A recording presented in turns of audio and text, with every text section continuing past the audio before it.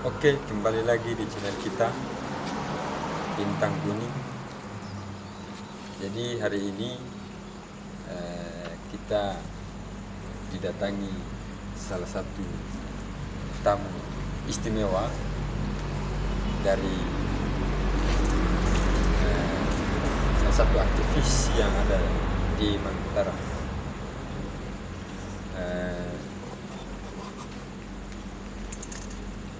Mungkin malam ini kita sengaja mengundang kawan kita, kawan Bams.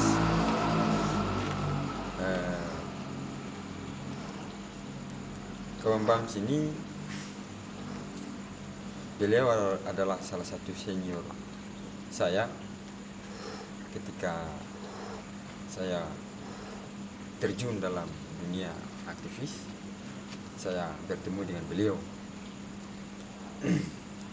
dan ketika di kampus kami banyak menghabiskan waktu untuk berdiskusi tentang banyak teori-teori yang mungkin beliau tumpahkan di tempat-tempat warung kopi di kampus-kampus itu. Mungkin mulai bincang-bincang santai kita di malam ini, saya perkenalkan dulu kawan kami, Bams. Kawan Bams ini adalah salah satu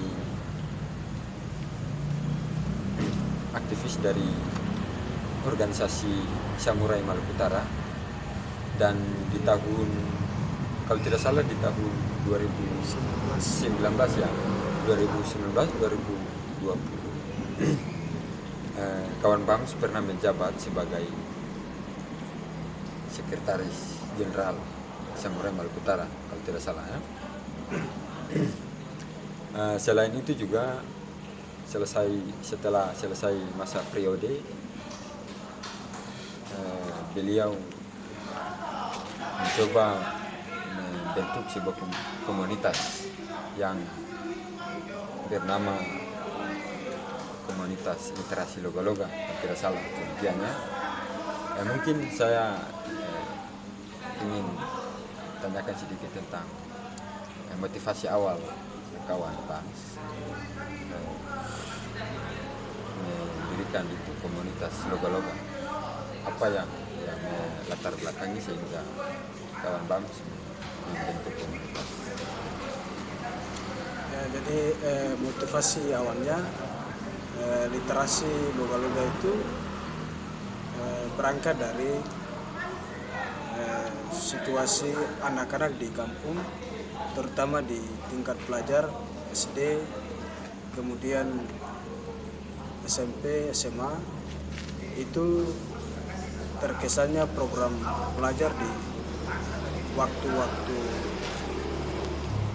malam di lingkungan masyarakat itu tidak ada aktivitas belajar, terutama di desa-desa di Patani. Maka teman-teman menginisiasi bagaimana anak-anak ini harus dibuat program untuk belajar. Maka orang menciptakan medium literasi untuk merangkum teman-teman pelajar yang punya kesadaran untuk belajar. Karena bagi kami yang bentuk gerakan literasi itu tujuannya adalah bagaimana membangun kesadaran di lingkup masyarakat dan pelajar. Jadi itu tujuannya. Ya. Kalau saya coba tahu lebih jauh tentang perkembangan progres literasi Loga-Loga itu sampai saat ini, kira-kira perkembangannya sampai. Ya, jadi literasi Loga-Loga kemarin di tahun 2020 kami memperingati hari ulang tahun literasi loga-loga ke 1 tahun. Nah, kami adakan program kegiatan literasi itu selain bagaimana tuh mengajar kepada anak teman-teman di pelajar di literasi, sekaligus ada program sosial. Di program sosial yang dirintis oleh literasi loga-loga adalah bergerak ke parasitipan masyarakat, terutama soal bakti-bakti sosial dan kemudian semangat gotong royong dalam partisipasi untuk pembangunan desa. Metode cara belajar literasi loga-loga itu belajar dengan alam. Bagaimana anak-anak itu di usia SD itu diperkenalkan dengan metode belajar dengan alam. Jadi beradaptasi langsung dengan alam. Dengan alam. Nah, supaya mengembangkan potensi minat dan bakat dan imajinasi anak-anak di usia SD itu melalui alam. Jadi dia tidak bisa dikembangkan melalui ruang kelas yang terlalu konvensional, artinya terlalu formal. Tapi dia berbasis pendidikan yang inklusif, artinya basis pendidikan yang terbuka. Dia tidak hanya sekedar di kelas, kira-kira begitu.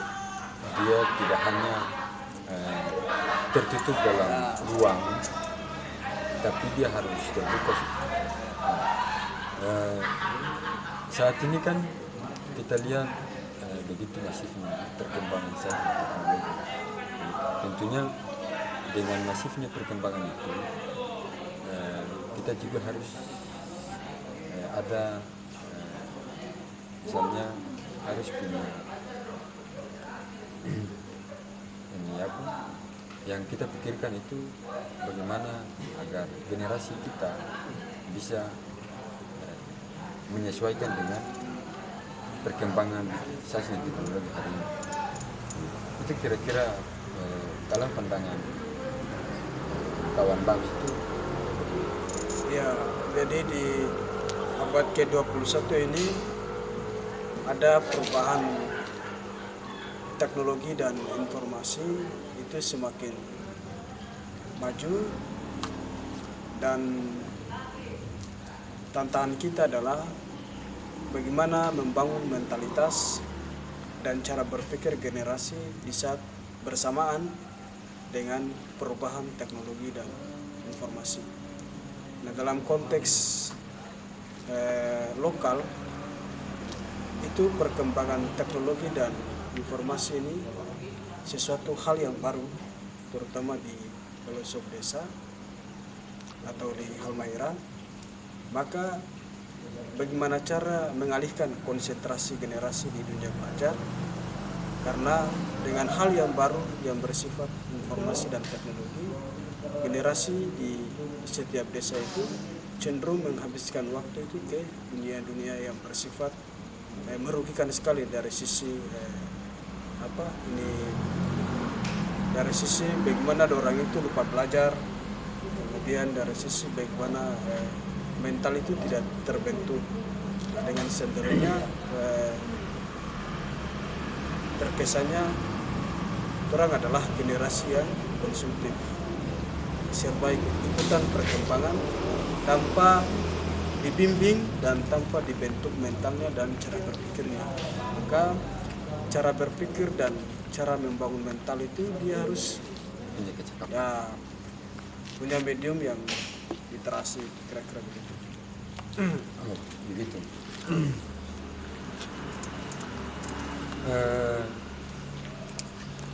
Itu literasi digital, literasi maksudnya literasi loga-loga ya. Literasi loga-loga itu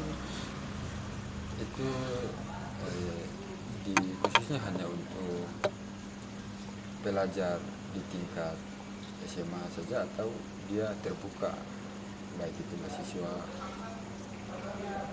atau dia hanya dibentuk hanya untuk merekrut generasi muda yang ada di kampung, kemudian itu menjadi bekal bekal ketika dia terjun ke perguruan tinggi atau gimana? Ya, jadi literasi loga-loga itu dia bergerak secara parsitifan, dia bergerak secara luas. Jadi tara sekedar merekrut anak-anak pelajar di tingkat TK sampai SMA, tapi dia lebih arahnya ke pendidikan masyarakat. Arahnya ke situ. Ya, arahnya ke situ. Nah, tadi kawan Bang sedikit menyinggung soal bagaimana bisa membantu pembangunan Ya, ekonomi desa ya, masyarakat desa. Kalau Bambang bisa ceritakan sedikit tentang perkembangan di desa tempatnya literasi. ya. Literasi loga-loga itu dibentuk tahun 2019 dan progres perkembangan literasi di desa itu dengan hadirnya literasi loga-loga itu khususnya di Halmara Tengah di Kecamatan Patani Timur itu menjelang 1 tahun itu Kecamatan Patani Timur itu menghadirkan 4 literasi di 4 desa, yaitu pertama desa Peniti itu adalah literasi loga-loga. Desa Masure itu menghadirkan literasi Mfapolo. Kemudian di desa Damuli itu menghadirkan literasi Forkati. Mengikuti perkembangan dan kemajuan teknologi di abad ke-21. Karena lokus dari perkembangan hari ini mau dan tidak mau yang diutamakan itu adalah soal potensi sumber daya manusia untuk menghadapi dunia akan datang. Kalau tidak dibangun maka terkesannya Tidak relevan kan? ya saya tidak relevan Tidak relevan.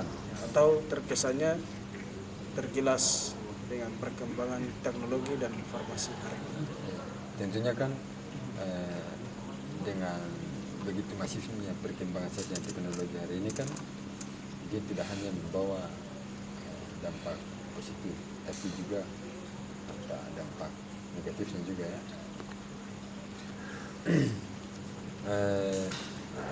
Mungkin itu sedikit kita menceritakan tentang bagaimana pengalaman kawan Bang membangun atau membentuk sebuah komunitas yang diberi nama komunitas loga-loga. Selanjutnya kira-kira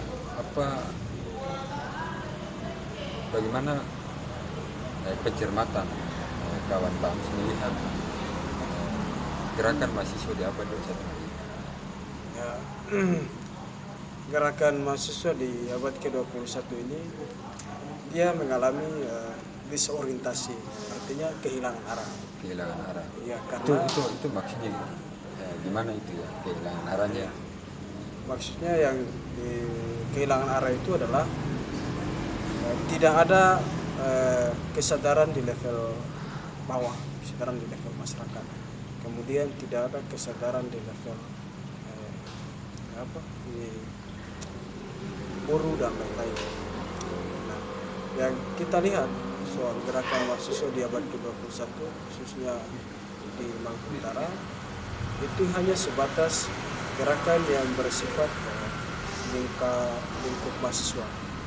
Dia tidak bersifat kolektivitas karena satu kelemahan mahasiswa Maluku Utara tidak membangun gerakan literasi di tiap desa. Itu kelemahan yang pertama. Karena untuk membangun kesadaran kolektivitas itu landasannya ada di literasi. Tanpa literasi bagaimana membangun kesadaran kolektivitas? Karena itulah gerakan mahasiswa di level desa itu sangat vital. Karena benteng terlahir itu ada di desa, bukan di tempat lain, tapi di desa. Tanpa desa, bagaimana orang membangun suatu rumah kebudayaan, terutama anak-anak terutama anak-anak. yang dipersiapkan untuk menghadapi masa depan yang lebih lanjut nanti.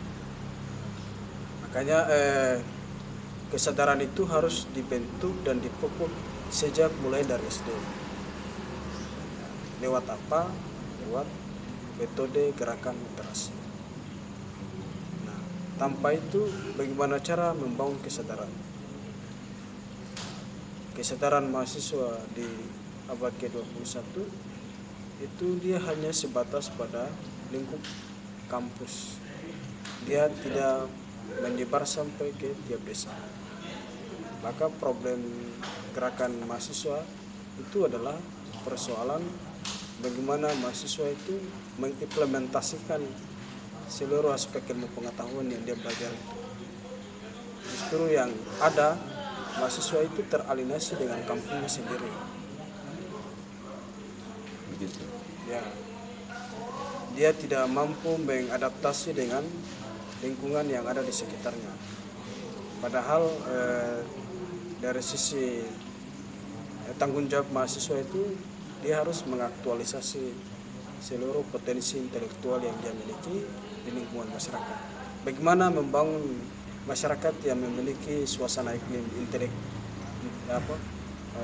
ilmiah, mau dan tidak mau ya dia harus bangun literasi. Bagaimana menciptakan suasana masyarakat yang ilmiah itu. Jadi untuk mengaplikasikan pengetahuan yang dia miliki, mahasiswa yang dia miliki, itu dia metodenya yang tadi itu dia harus membentuk sebuah komunitas literasi misalnya. Kalau saat ini ada juga istilahnya disebut dengan literasi, digitalisasi. Jadi ketika kita berbicara tentang literasi digitalisasi, tentunya hari ini banyak sumber informasi yang mudah diakses oleh orang. Kira-kira menurut pandangan kawan Bams, bagaimana melihat persoalan begitu masifnya informasi di era teknologi hari ini? Ya, jadi di era mutakhir ini dengan adanya perkembangan teknologi dan informasi yang begitu meledak ya di seluruh dunia,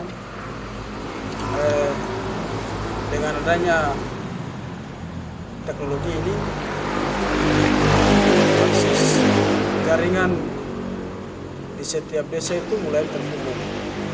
Maka pemerintah mengupayakan bagaimana pemanfaatan digital dalam konteks membangun masyarakat yang cerdas, atau yang kita kenal itu adalah internet pintar. Artinya bagaimana cara orang itu menggunakan medium Facebook, Instagram, dan Twitter itu dengan hal-hal yang bersifat informasi pengetahuan. Tapi justru di kalangan pengguna media digital, misalnya seperti Facebook, Instagram, dan Twitter, Media sosial. dan ya pada umumnya media sosial itu yang ada itu informasi hoax itu dia membanjiri media sosial. Jadi orang setara lagi membedakan mana yang hoax, informasi hoax, mana yang informasi yang benar. Yang penting pengguna Facebook itu membagikan informasi-informasi yang dia setara lagi memkualifikasi apakah berita informasi ini benar atau hoax. Yang penting dia bagikan. Jadi terkesannya orang itu adalah membudayakan budaya sharing. Sebab Jadi itu faktornya apa sehingga kita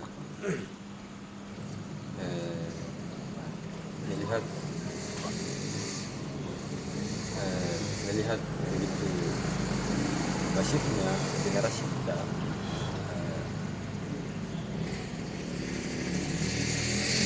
tidak mampu memverifikasi informasi. Ya, karena itu persoalan literasi. Jadi teknologi maju, tapi sisi kecerdasan literasi itu dia tidak seimbang dengan kemajuan teknologi hari ini. Jadi secara teknologi dan informasi itu maju, tapi secara literasi, secara kecerdasan itu dia tidak seimbang dengan kemajuan teknologi dan informasi.